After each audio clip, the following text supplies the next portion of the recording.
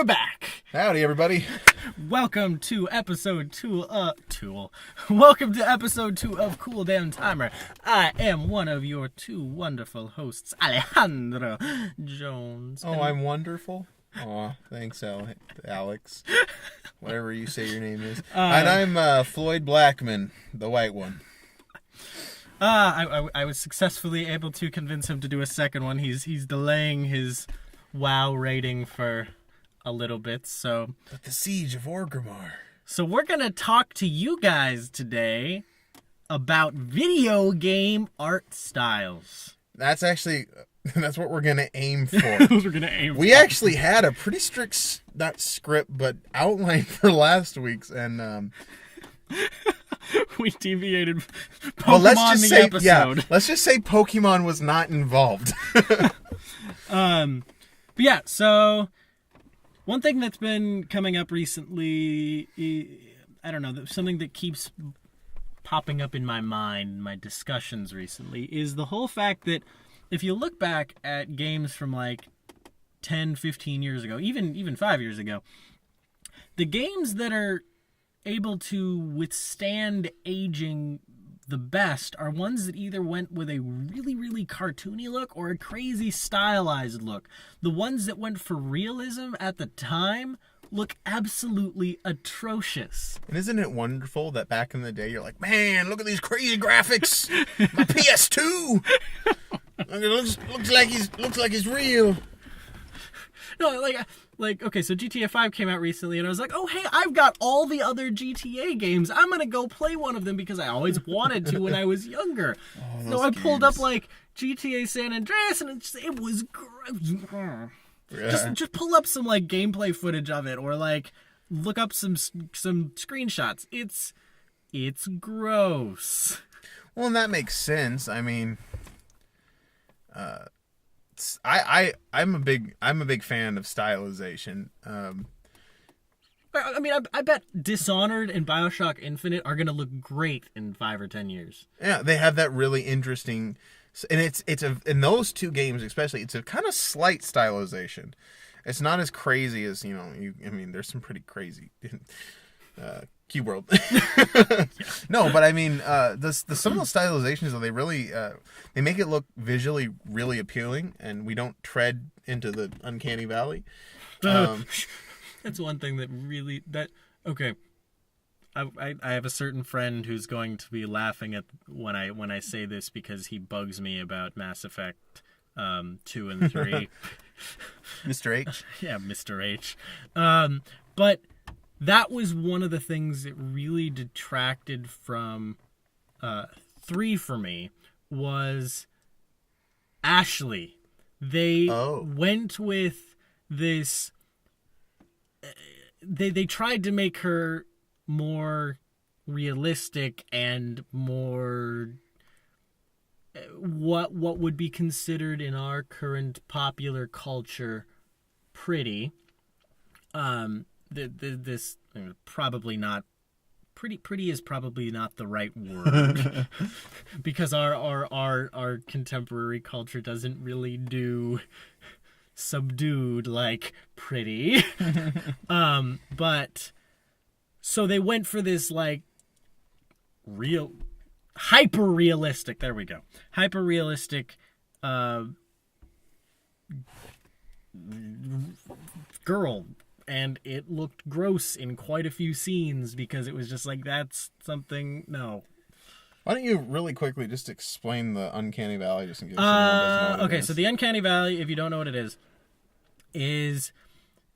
it's when you get so realistic with your art or with your CG or whatever that it looks like it should be realistic, but your brain can tell that like there are some like subtle details that are missing, and so your brain is like, no, something is wrong. This is what makes Japanese robots so terrifying. Man, they make some creepy stuff. But yeah, it's an interesting thing. Because I mean, it's just like it'll start out with something very, very simplified, like I don't know. Jeez, give me a character on the other end of the Uncanny Valley. We'll just grab Link. Link from Wind Waker. Yeah, Link Perfect from example. Wind Waker. Wind Waker HD remake. He's adorable. Out. I mean, he looks like a balloon with arms and legs. But I mean, you see that, and that face he does where he's like trying to think. He's just like, yeah. But we see that, and our brains say, "Hey, that's a person." Doesn't look anything like a person, but it's a person, and then we get some of these creepy games like Mass Effect 3, which I haven't actually played yet. The rest of the game, regardless of your opinion on the controversial ending, the rest of the game was very well done. That was me defending the comments that I know that Mr. H is thinking right now. But have you played Limbo? No, I haven't. Oh my gosh. Okay. I've heard good things about it. That game is depressing. Oh yeah, I remember. I was talking to you on Steam the other day and you're telling me about that. I'm going to go get depressed now. So Limbo, take your main character in Limbo is this black silhouette of this little kid. The whole game is in black and white. And so you're playing this kid who just has these glowing white eyes, and you're going through this dark black and white world, and it's a puzzle game, but the only way that you can figure out how the puzzles work are kind of just by jumping in and seeing what happens, which always leads to him dying in one way or another. You know what other game was like that? Tomb Raider. Except for Tomb Raider. Tomb Raider did it in a way where it was really laughable at how horrible her luck was. But with Limbo, you feel for the poor kid when he gets stabbed with a giant spider leg and then spun up and hung. Oh god. Yeah, I enjoyed. I like I said, I haven't played Limbo, but that game was so depressing. I needed to like watch 30 Rock or something afterwards to just like remind myself that it's okay. It's really depressing. Oh, there was one puzzle. It was like, okay, slight warning for anybody. I don't know. I've got friends who are sensitive to this particular topic, but there was a puzzle where it was a weight puzzle, but instead of using like a traditional counterbalance, it had a guy who was hung. Just dangling there in the noose. Oh, gosh. There were puzzles where if you didn't get the timing right, he would like fall onto a saw blade or get electrocuted. Good God. And because of that lack of detail, it was really like, yeah, cringeworthy. Huh. And there were the ones where it was like you knew something was about to happen and you saw exactly what was about to happen, but there was nothing you could do to stop it, and you just like, nah. Which reminds me of Super Meat Boy, which is completely different. You die so many times in that game. I haven't played that one either. I haven't played a lot of the indie games. I generally just play whatever indie game you're like, you need to play this. Have you played the Swapper yet? No. Oh, you need to play that. That one didn't look that interesting to me. Oh my gosh. I looked at it over the Steam sale. It is incredible. Like, the basic premise of the game is it's a side-scrolling puzzle game where you have... And that's where I lost interest. That's not the interesting part. It's a side-scrolling puzzle game where you have this gun that you can use to create clones of yourself, and then you can swap your consciousness between those clones, and as long as the clone that does not have the consciousness in it, as long as that clone doesn't die, you can continue to make clones and let them die, and continue on in the game. And so, like, the point that often, where the game first clicks with people is a puzzle where you have to climb up something, but the only way that you can climb up something is if you shoot a clone up, shoot your soul into the new clone, let that body that you were just in drop and die, and then just stair step up by shooting clones up and jumping your soul into it, and then just continuing that all the way up to the top. But by the end of the game, it becomes this weird meditation on individuality and personality, and like they play with the metaphysical and philosophical questions that the existence of that type of a device has. Mm-hmm. Right. It's great. Yeah, I overspent my budget on the Steam summer sale, so that was one of the ones that got cut off the list. I was looking at it, I was like, gosh, should I get it? And I'm like, no, I'll never play it. I'm not a huge puzzle game fan. I get too angry. Oh God, that freaking game made me mad. I'm a very, like, when it comes to people and stuff, I'm very calm. I don't ever get angry. But when it comes to video games, I rage quit all the time. Never play Super Meat Boy or Electronic Super Joy or Dark Souls. Man, I actually really wanted to try out Dark Souls, and it was on sale in the Steam sale, and I almost got it, and then I went, this will make me angry, and I didn't get it. That was the day of Ringo's wedding, yeah? It was close to that. It was close to it, yeah. No, it was the day of his wedding. We were talking about, it was either Alan Wake or Amnesia. That's right, yeah. That's what we were talking about. I did get Alan Wake, and I played the first chunk of it, and then I was like, That game had a lot of things going for it. Right. But the gameplay was boring. Yeah, it was. It wasn't too hot. So I got that game two winters ago, something like that. Two Christmas summer. Yeah, Christmas two Steam Christmas sales. This is how we mark time now. So I was playing it, and my girlfriend was over, and I was staying at my grandparents' house at the time, and so the way that for the listeners at home, the way that the house was set up was that my computer was on the kitchen table, and my girlfriend was staying out in a travel trailer in the backyard, and so I was expecting her to have. She had gone to bed, and I was playing Alan Wake. I was like, I'm gonna play a horror game. I'm all alone. All the lights are off. I have my headphones on. I've been playing there for an hour. All of a sudden, I hear this like tapping on the window behind me, and I like freak out. It was her coming in to come say hi. That game can be stressful at times, but yeah.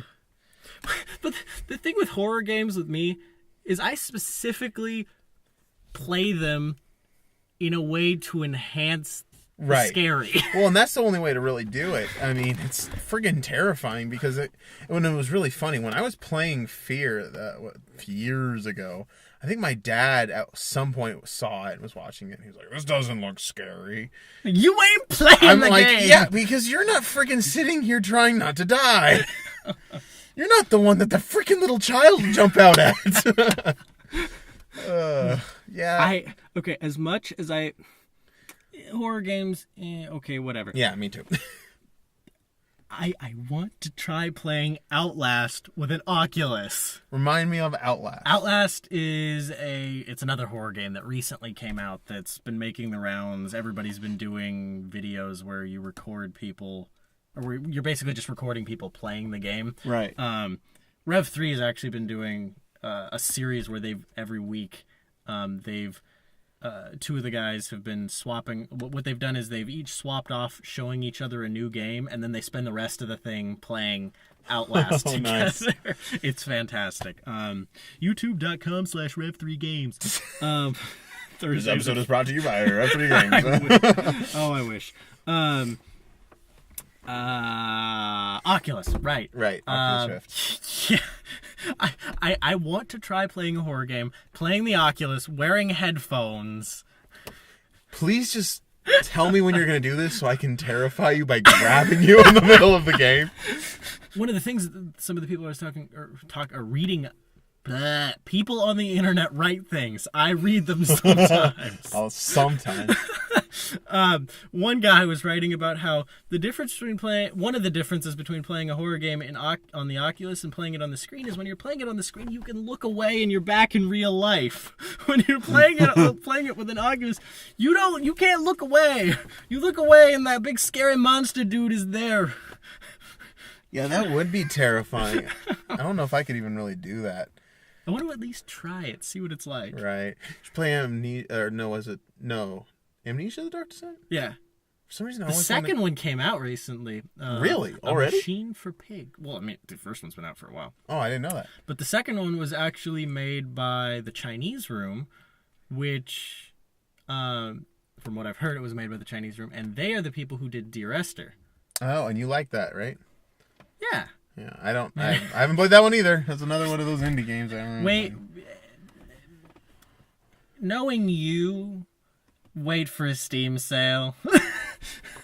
I'm behind on my games. You spend about 2 hours walking around an island listening to a guy babble unintelligibly about his dead girlfriend. That doesn't sound like my style. It's not a traditionally fun game. I don't know, like it's a character.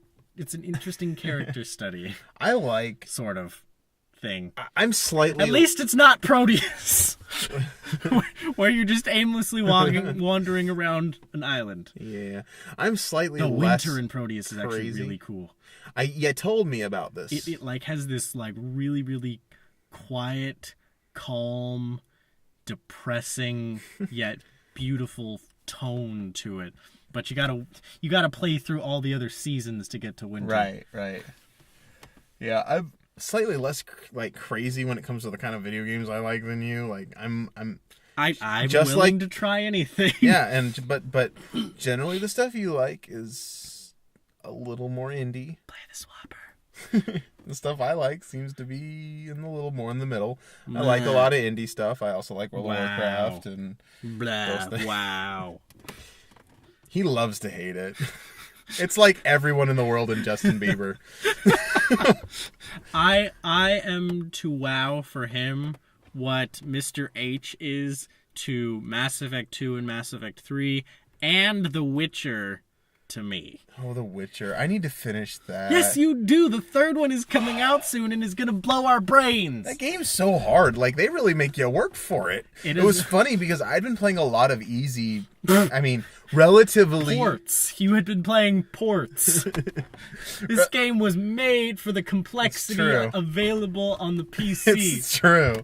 But I've been playing relatively easy games in comparison, and I got spoiled, and I did not save enough when I started playing The Witcher. I'm like, oh, look, a monster, and I'm dead. I'm so excited for The Witcher 3. I really like the style of that game, and I like the world. Read the books. I need to. I lent you one of those books like 6 years ago. It's in a box in the attic. I found it not too long ago.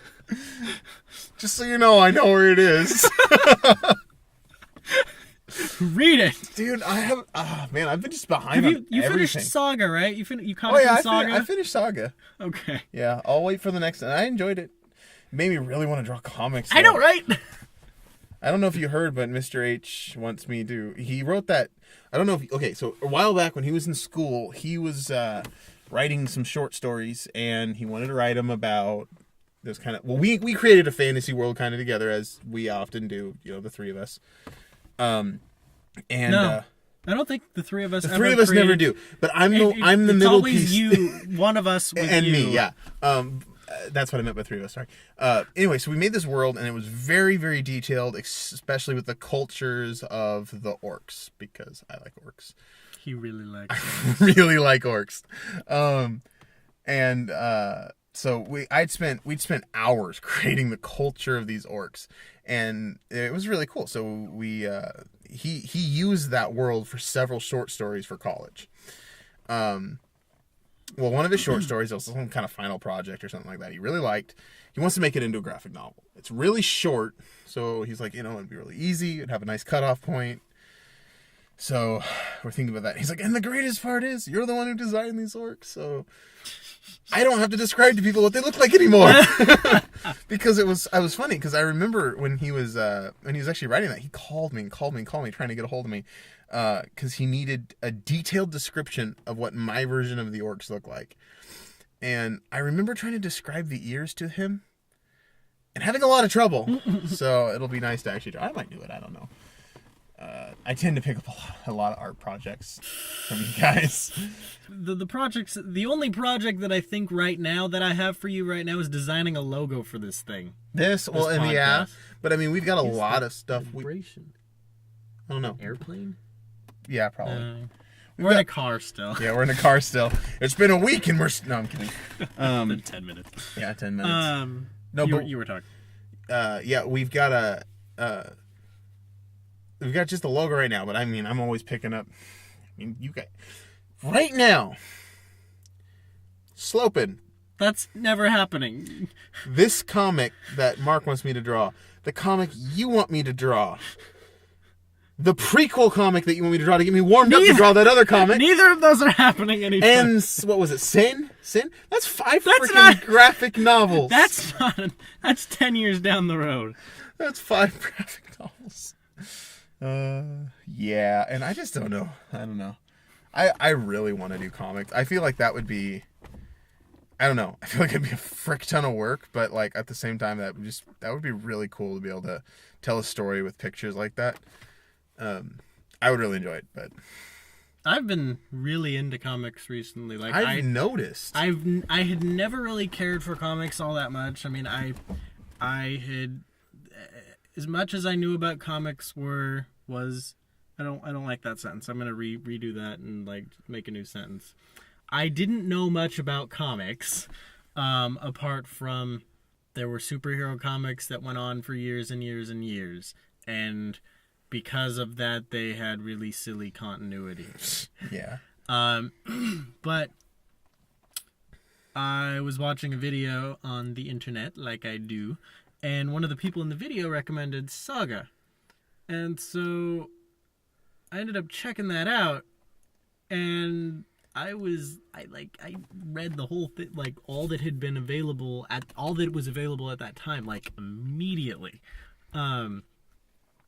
Like in like 2 hours or something. And all of a sudden I realized, hey, dude, there's a lot more to this. Hey, dude, this is it. Yeah. BFT dubs. Yeah. Oh god. There's this little clip of, I believe it's Jessica Chobot. What did she say? It was like epic something for the win, and like I don't know. It's a silly quote. What are we talking about?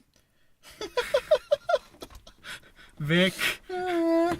What was before Vic? I can't remember. I don't know. It wasn't. It was after art. Comics, right? Comics. Saga. Saga. Watching the video on the internet. Saga. Read it. Loved it. Read it all. There we go. So I recently started watching, reading. Comics, brain, enjoy. And so Saga was written by BKV, who wrote a bunch of other comics. And so I checked out one of his other comics, Why the Last Man, loved it. But, okay, so I've come to a conclusion about something. People who make comics suck at making TV shows. Yep. Robert Kirkman, Walking Dead comic. Mm-hmm. Great. Walking Dead TV show. Piece of crap. Has its moments, it has... but it's a piece of crap. And, 1 second. I get passionate about this. So the finale of the 3rd season happens, and it was horrible. Like, a bunch of, like, really stupid decisions were made with this thing, and it had kind of built up to this big epic climax where there was going to be a big fight, but there was no big fight that happened. And so certain fans of the show were... Okay, a lot of people really hated it, and so they were very verbal about their hatred, but certain fans of the show started defending the shows.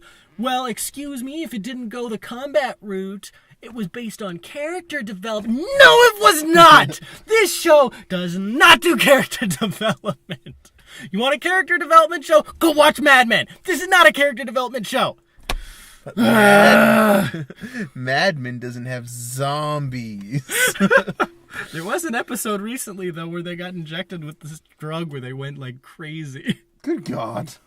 Yeah, that's on my list. I haven't seen it yet. Okay, how do we get to walk? Okay, comic people. Under the Dome. Brian K. Vaughan is showrunner for Under the Dome, and that sucks, too. Oh, that didn't even look good. Gah! I haven't seen anything about it. And it's like crazy popular. Really? They renewed it for a second season. It is like from what I remember reading, it's the most successful summer series ever or network television. Wow, really? Or for that channel. I don't remember. It's popular. It didn't look good to me at all. It isn't. That's the whole thing that sucks though. Is like I got Netflix and I grew up without TV. And so I'm just now catching up on a lot of media. But I grabbed Netflix not too long ago. Did you know that I used to buy the DVDs just so I could like lend them to you and Mr. H? I felt so special. You know, I still remember the first time that I lent you Battlestar Galactica. I remember that cover. I remember exactly where I was, and I don't know why. When I lent you Battlestar Galactica? We were at and your mom was like, "There's nothing bad in it, right?" Yeah. Like, no, Mom, it's a TV show. They can't do anything bad on TV. Ding. Yeah. I've actually been trying to get my girlfriend to start watching that with me because it's a great show. Battlestar? Yeah, Battlestar. Oh, you guys haven't caught up in Game of Thrones yet. No, we haven't. And you haven't finished 30 Rock yet. No, we did finish 30 Rock. You gotta catch up in Game of Thrones, man. Certain things happen that are crazy. Yeah, I need to. I really like that show. But I gotta pay per episode, so.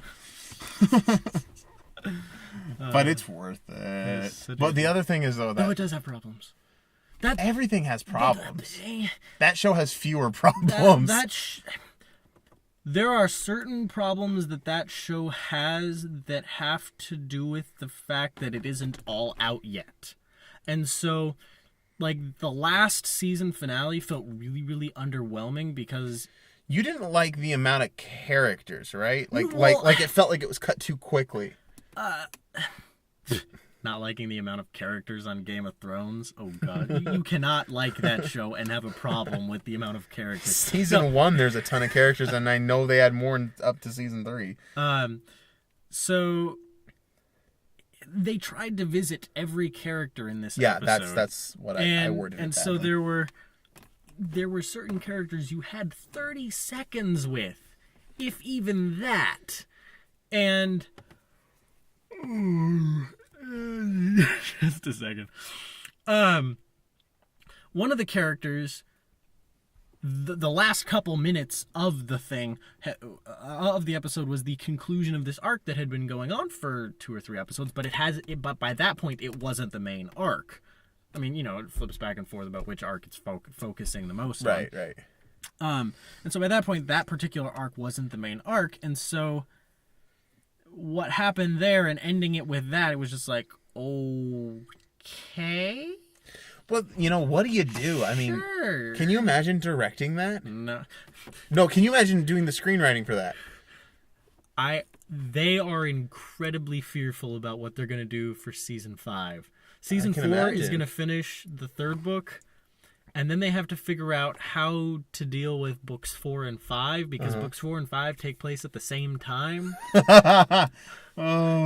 Just start a second show, Game of Thrones 2. Well, no, like the reason they're separate books. The reason they're separate books are because there were so many characters that he had to figure out some way to split it up, but so he split it up geographically. That makes sense. Well, they could actually do some kind of fun stuff with that, I feel like. I mean, yeah, that's a pain in the ass to do. But, I mean, you could do some fun stuff with that. They're quoted as saying that they have nightmares about that season. They're not going to be able to do it as one. They're going to have to do something else, or it's going to... I mean, I don't know how they could fit all that information into one season. And then we have the issue with the fact that they're catching up to George R.R. Martin. Yeah, that boy better start writing. I saw this meme on the internet saying every time someone asks about when the next book is coming out, that he kills a character. Pretty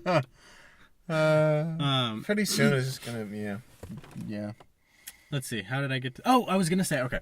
So the reason I got to that point was I rewatched the first 3 seasons with my dad recently, and it viewed, it felt.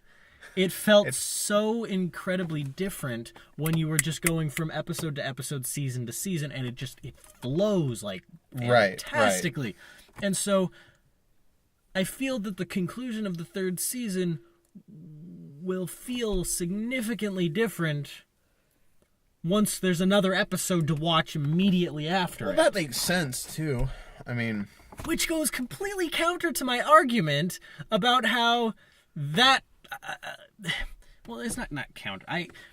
I recently made an argument for the fact that the way of releasing shows where you release the entire season all at once or the whole series at once, it detracts from the building of the audience. And I still think that's correct, but viewing shows back to back to back to back to back, it definitely has its positives as well. Right, yeah. Another thing that I've never had to deal with. Never had to deal with commercials. Never had to deal with... Commercials? Oh my gosh. Yeah. So I started watching Agents of S.H.I.E.L.D. recently, which I hate now. Yeah. I just don't like commercials because I'm not paying for that show. Watching it on the ABC. Grabbing a water bottle. Can't find it. Where is it? I was watching it on the ABC website, and... is that Villain a Week? I'm assuming it is. Oh, of course it's Villain a Week. Of course it's Villain a Week. Why wouldn't it be Villain a Week? Yeah, I don't know. I haven't heard a lot about it. I haven't really kept up on it. I mean, I wasn't interested in it, to be completely honest. The first episode was okay. It was an episode of a TV show. The second episode, 5 minutes in, I was done watching it. I finished the episode, but I was done 5 minutes in. I hated the way that they wrote it. I hated the way that they shot it. I hated the way that they edited it. Yeah, that's a fun I hated the way that they structured the story. Oh my gosh! And so then I post something about it on Facebook, and people are like, "Oh, hey, we loved it." And I was like, "No, it was crap." That's how, like, my little sister. She's crazy. She's like 19. She's not super little. So not the one that's married to Ringo. No. My little sister. She's she just, the show she likes makes me grit my freaking teeth. She still watch a lot of Stargate? They both do. Both my sisters watch a lot of Stargate. And Ringo's wife is forcing him to watch Stargate now. And I hear... may or may not be my fault. Really? Maybe. I may or may not have told her. Oh gosh, this was hilarious. So I was talking to Ringo the other day, and Melly was there, and she was complaining to him about how Stargate was no longer on Netflix. Mm-hmm. And I was like, hey, well, it's on Amazon Prime because Amazon's been waging war on Netflix, and so they've been taking up all kinds of stuff from Netflix. Origin. And she was like, "Oh, hey, Amazon Prime. There's videos on there." I was like, "Hey, yeah, there's a whole bunch of like a whole nother Netflix over there, a whole new world." And so we started talking about it, and Ringo was like, "We're paying for that?" He was so oblivious to the fact. Do they have Amazon Prime? Yeah. Well, I mean, because she's a student still, so she gets the $40 discount. For all I know, they've got it for free. People just give things to Ringo. He has freaking free Netflix for life. How do you get that? Apparently by knowing a guy who wants you to do art for him. That's the thing though with Ringo. He's good. He exploits life too. He's good at everything. He found some life loopholes. Yeah, this boy, good at sports, good at video games, good looking, super nice. Everyone loves this guy. I was trying to call him on Skype the other day, and he wasn't answering, so it popped up saying, "Do you want to leave a video message?" And I mean, I've seen that before. I was like, sure, why not? So I left him this video message of me just staring at the camera. Of course you did. And then he sent me one back of himself staring at the camera and making this really, really creepy face. And then I sent him back another one where I just like stuck my webcam up next to my nose and And then he sends me one back where he has his webcam right next to his nose, but then he kind of like aims it around his face differently, making these absolutely disgusting faces. He looks good normally, but oh my gosh. He can do some crazy faces. He can also do some crazy voices. I think I still have a message of his on my answering machine from 07. Oh gosh. Ow, it burns. When did we start with this one? 30. It's 11:15 now. Okay. So we'll give it another minute and wrap it up. Sure. What are we talking about? Nothing. That was the whole point. I feel like that should be the name of the show. What are we talking about? Want to rename it? What are we talking about? You can throw that around. We can look at it. Well, and what's funny is that, I mean, a cooldown timer is typically something more MMO-ish. Yeah, I know, right? We're renaming it So already. in the end, I won. I won, everybody. Hey. It's an RPG thing. Yeah, that's true. So not necessarily. Honestly, a an MMO cooldown thing. timer, though, is like, it's something from Basically any RPG. any older, well, not even older, I don't know. Cooldown timers in Mass Effect. I guess that is true, I guess, yeah. I don't know. I just feel like, I guess I haven't been playing that many of that style of games lately. I love that style of games, though. I love sandbox and I love RPGs. But lately, I've been really getting more into the multiplayer stuff. I have trouble playing games by myself anymore. Tomb Raider. I never finished it. I got an hour and a half in. The game crashed on me, and I was like, "Yep, that's a good ending point. I'm done." That game was free for me, and that was the best price I've ever paid for a video game. XCOM was free for me. That's a great game. It was a pre-order bonus for Infinite. Oh yeah? Yeah. Oh gosh, I love that. That was a great game. I think that Mufasa's still playing that pretty regularly, actually. Enemy Within comes out soon. Oh, With the Mechtoids and the that'll be interesting. gene mods and That game has some of the greatest balance between its different parts. I mean, it's got great tactics, tactics, squad battles. But like most games, they do any one part of that okay. Yeah. This one, I mean, base building, and they've got the stuff, and I mean, it's not like it's like what Yahtzee said, where you're like playing one part and you're excited to get to the other excited part. to go to the next part. Yeah, they really work together well, and I mean, and it's also a lot more cinematic. Most of these turn-based, I hate turn-based. We're stuck in the middle of a Civ game where we're at war. Yeah, and we're not playing it right now because that war will go on for the next thousands of years. City is gonna go. That city will never leave, damn it.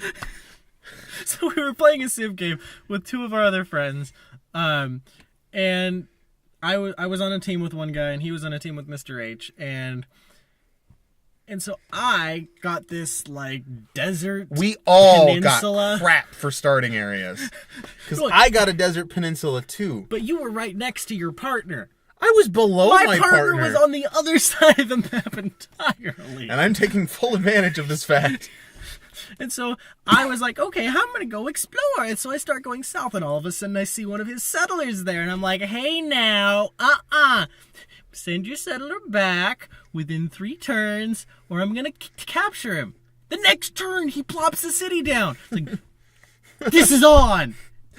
You got to admire, like, in real life, the resolution of those settlers. You got to turn away within, so many blah, blah, blah, or we're going to kill you.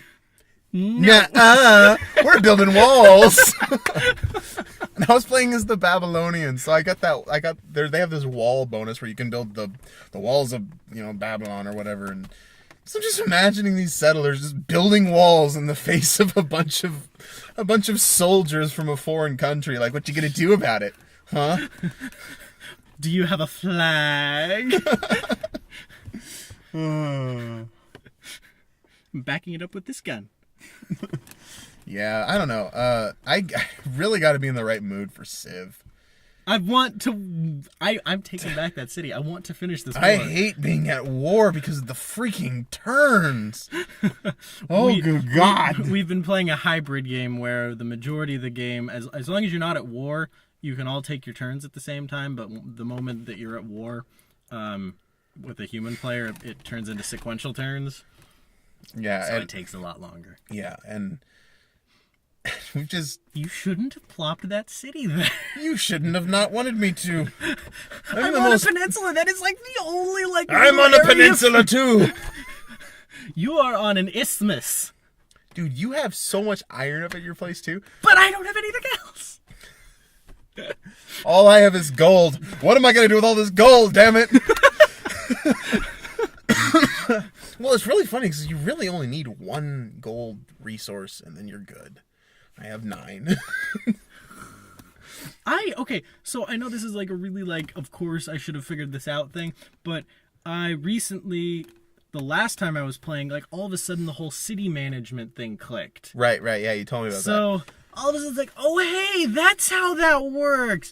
You tell which plot of land you want worked, Yep. and it gives you that many of the thingy that it has on the thingy. Yeah. And No, I think that especially in that first game, the reason that Mr. H and I remember the one where we were on the islands, and as soon as we saw you, you immediately just screamed and declared war. Was that the one where I sent the huge army across that I had been just like letting sit there? And they broke themselves upon our shores, and my riflemen were taking out your charioteers and swordsmen. So I figured out the reason why that happened was within a very short period of the game, I had sent some like workers or settlers or something to do something, but I forgot to send a combat unit with them, so they got captured. So I started building combat units to fight the barbarians. Mm-hmm. And so all of a sudden I had this huge standing army, and I was like, I don't know what to do with this army. So I sent them all into the water to head over to you guys. But we hadn't unlocked the ocean stuff yet. So they just sat there in the ocean for like 10 turns, just wasting away my money. Mr. H and I knew that you were going to go combat too, and we were both going for a tech victory. Well, but we were being, in that game especially, very, very strategic on getting a victory together and working on it together, and we didn't do any move without the other person. And I feel I was totally doing my own thing. And that's very you. That's very you. But I think that we had a huge advantage with that in that first game, especially because you and I were still both learning. And I just went, teach me, Mr. H. Teach me your ways and of then technology. All of a sudden, wonder. I like me my wonders. What can I say?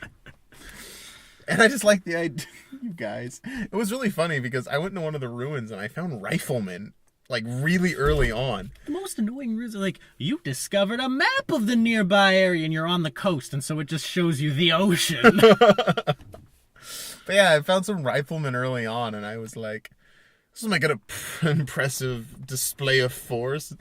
You guys were still using charioteers and archers. Because I hadn't had the opportunity to invest in my side. Because all my money went to the standing army of chariots. Oh, yeah, that game. I want to finish this war. We'll see. Well, I think that's about it for the second episode of Cooldown Timer / tentative name, potentially to be changed to whatever it was that I was. What is it? What was I saying? What was I saying? Yeah, that's what it was.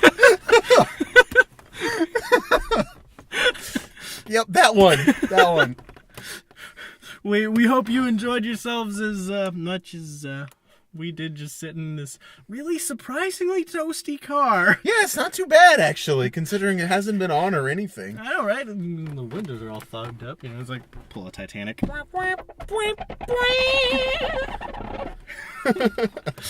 Anyway. Okay. Thanks for listening, and we hope to have you hear from us again in the future. I'm Alejandro. And I'm Floyd. See you later, dude. Bye. See you later, dude. That's from Finding Nemo, yeah?